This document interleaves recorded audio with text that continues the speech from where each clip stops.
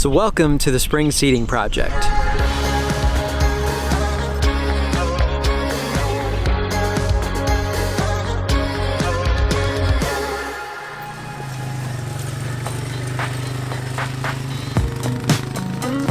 Spring isn't the exact best time to be seeding a cool season lawn, but sometimes you're in a situation where you've got to do it and there's no other way around it. And this is exactly what's happened here at my sister-in-law's place. And we've got about 14,000 square feet now that needs to be fixed here. Can't leave this whole big mud mess here for all of summer.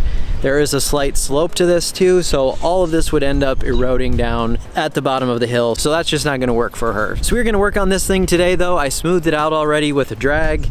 And so I've got it pretty much ready to seed now, and I just got to get the seed down, and then I'll explain all the rest of the steps.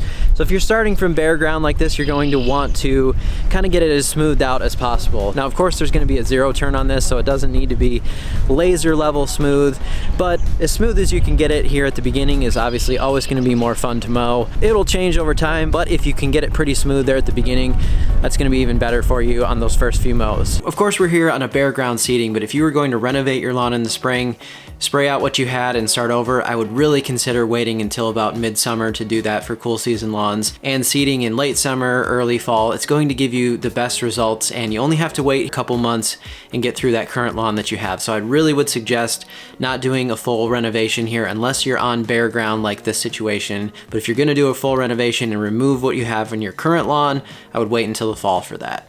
I also can't think of a time ever that I've been to this place where it has not been windy.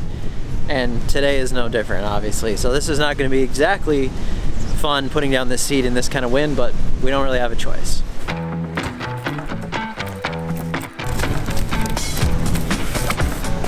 Here it is.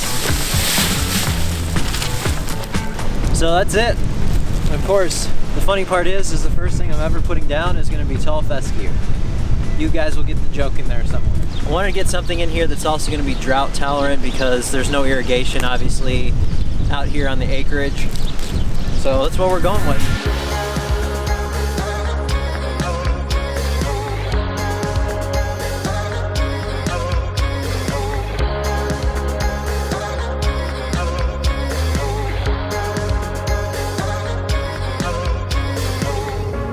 So when you're actually putting your seed down, you need to make sure that you have the correct rates. So for something like bluegrass, you're going to have 2 to 3 pounds per thousand. For something like fescue, you're up at 8 to 10 pounds per thousand on bare ground seeding. So make sure that you pay attention to your rates and the product that you're using as far as seed. It should give you some kind of idea, or the paperwork for it somewhere is going to give you some kind of idea on rates for a bare ground seeding or full renovation, and then also rates for when you're just overseeding a lawn. So those rates are there for a reason, so make sure to pay attention to those depending on your grass type that you're using.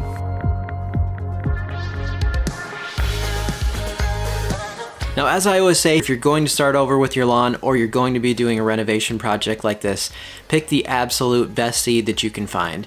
The reason for that is that cultivars have come a long way in terms of genetics over the years. These cultivars definitely do come with a price, there's no doubt about it, but they have the best color, they have the best disease resistance, they have all the genetics put into there so that your lawn that you're going to get in the end is going to be the best that it can possibly be. So I know everybody has a budget here as well, but just remember that the seed is going to be the lawn that you end up with. So it's one of the most important aspects of how a lawn looks is picking great seed. So of course for my branded seed, I've got a whole lineup here of elite cultivars that I spent some time looking through the NTEP tests and finding some of the things that I think are the all-around great cultivars that you can use in your lawns. So some of the other things about that is that it's certified seed. It's important to me to have that certified standard there. These are also zero weed and zero crop. So of course when you're putting this down, you're not going to be adding any weeds into the renovation or any other crops like Poa annua or something similar to that. Those things are very important to me, but it's also the relationships that I built. I have a really great relationship with Chase from Turf Merchants. He and I have gone through a lot of different things about the seed, and they produce some wonderful seed here that I was able to put into a lot of mixes as well. So knowing exactly where the seed came from and the relationship that I built with them on trust, that's important here too, that went into my lineup of grass seed. So spreading this seed out evenly is important. I'm just going at low rates in multiple directions with my spreader to make sure that I get that 8 to 10 pounds per 1,000 square feet put out as evenly as possible. And after that, I'm gonna decide to just scratch in this seed. Really what scratching in was in this situation was just simply dragging a rake very lightly across it, sort of as if you were using a seeding machine that was just slightly putting it under the soil layer. So that's just gonna help with the seed to soil contact. So the next couple things to talk about would be starter fertilizer and weed prevention on your renovations. So starter fertilizer, there's many different brands available for this, both granular, there's some liquid options now as well. So whatever you decide to use is kind of up to you, but what I decided to use was this Scott's product with weed preventer in it. Now this gets very confusing for people, so you need to make sure you have the specific product here that I'm talking about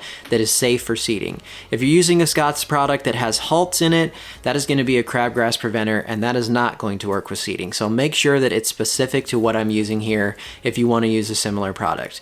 So the reason that I'm using this is because it has mesotrione in it, which is the active ingredient in Tenacity.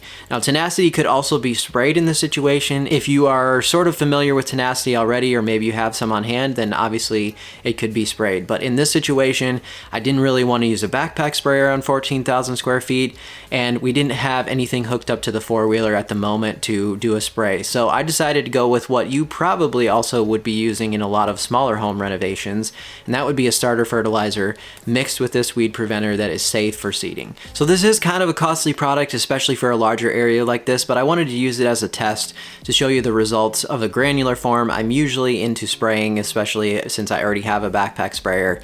But for this specific renovation, I decided to mix the starter fertilizer, which I already needed to do, with the weed preventer, and that's going to help me to prevent some of the weeds and crabgrass as it comes up in this renovation to die off at that point and not be able to mature into the summer season. One thing I really like about these fertilizers is that the prill size is really small, so you get such even coverage with that, and they just flow out of the spreader really nicely. When you have something like the mesotrione going down with a granular, and with that smaller prill size, you get so much better coverage on the ground. So you can see here, you've got such a really even flow that comes out of there because of how small that is.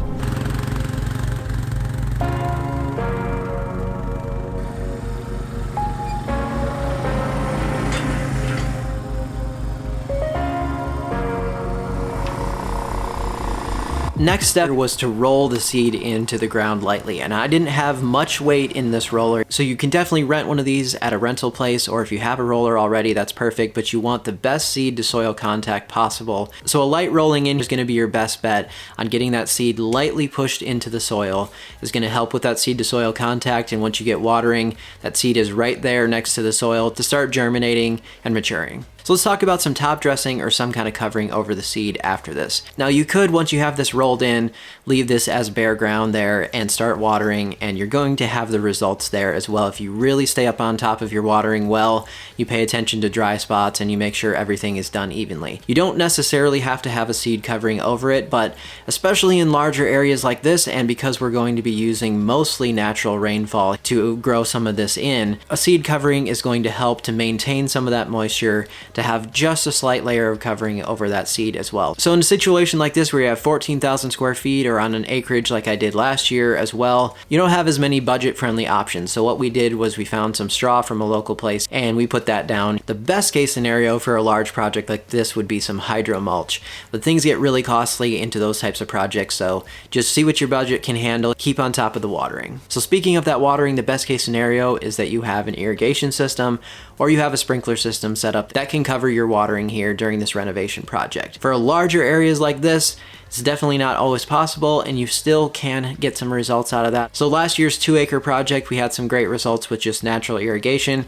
It's what I'm going to be mostly relying on here in this situation as well. Some watering as much as we can do, but it's a large enough area that it's going to be difficult to cover all of that all of the time. So you can tell here when you're dealing with smaller projects, it's a lot easier to manage a lot of these aspects.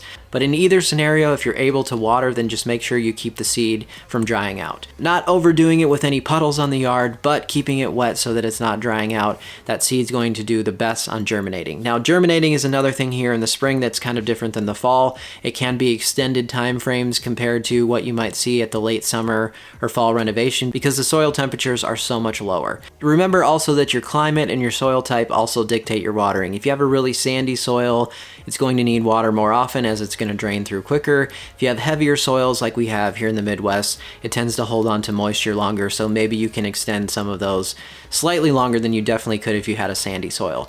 And also, depending on if you have a really low humidity climate or if you have some humidity coming back in spring, that's also going to factor into your watering. So 4 weeks after you see that germination, you could do another application of this starter fertilizer with the mesotrione in it, or if you're spraying, as I said, you could do another spray application 4 weeks after you see the germination. So if your seeding though has been extended out and it's really cold and maybe it takes 3 to 4 weeks before you even see any germination itself, then don't spray that tenacity on brand new seedlings. So you would want to wait until 4 weeks after you see that germination, or maybe that time frame is already into early summer and you can go to post-emergent control of the weeds, which is spraying the weeds after they've already emerged.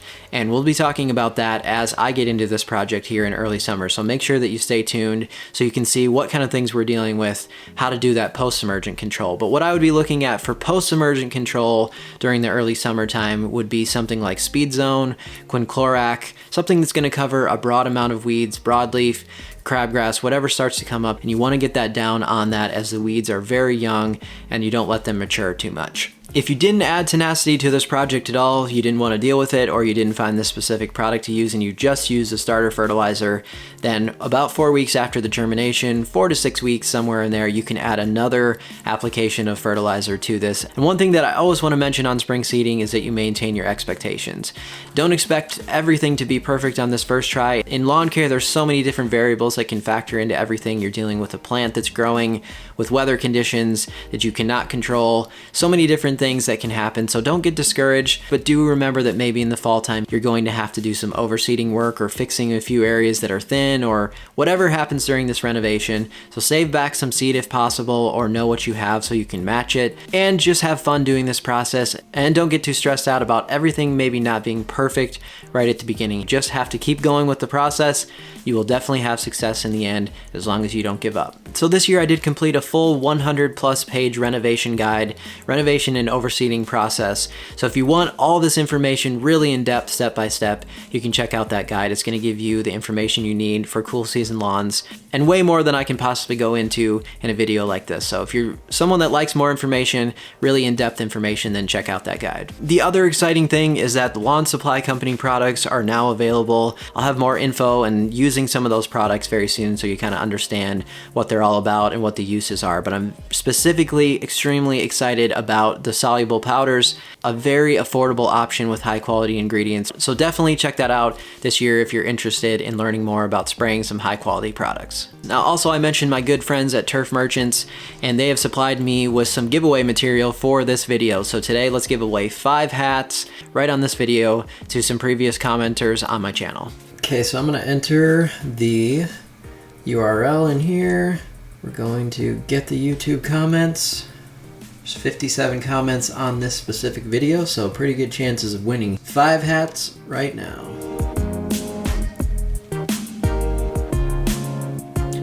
First one, Richard Harwell is the first winner. I'm gonna pick another winner. Andrew King is the other winner. Pick another one. Lawnvolution, you win a hat.